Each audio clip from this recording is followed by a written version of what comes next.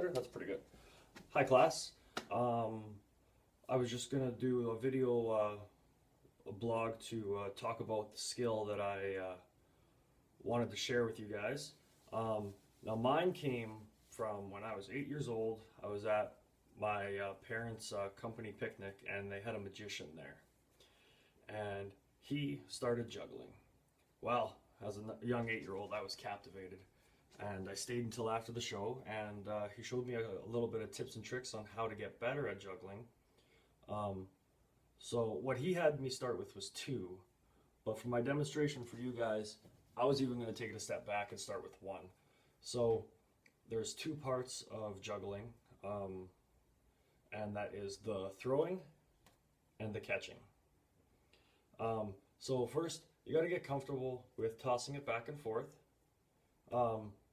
It's really good to get in the habit of tossing it at the same spot, the same pace, so that way you don't need to look at where the ball is, or whatever object you're throwing around. You can just anticipate where it's going to go.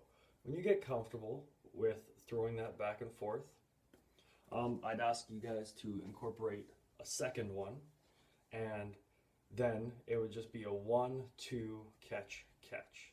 So 1, 2, catch, catch. Now you are releasing your second ball when the first ball is at its peak, the highest it's ever going to be. Now if you're throwing it at a consistent pace, that should be somewhere around, your eye level or maybe your forehead if you want a little more time. You can always throw it higher to add more time to work with the timing. If tennis balls aren't working with you, you can use bean bags or even light scarves.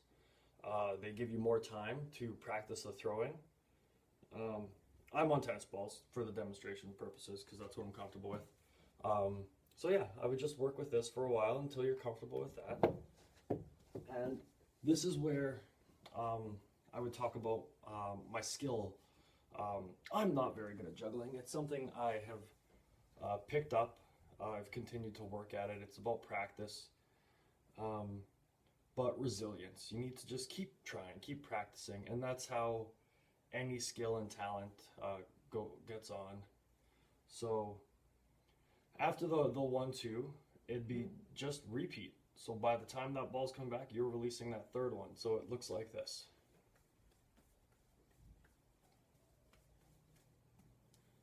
Now that's basically juggling. There are other things that you can incorporate, like I was doing inside-outside little thing. There's the cascading, which is a little harder. And that's when they go above each other rather than underneath. Or if you're getting talented, you can start doing 2 and 1s. Like I said, I'm not very good at it, but it is something I'm still practicing on, which is how I would continue.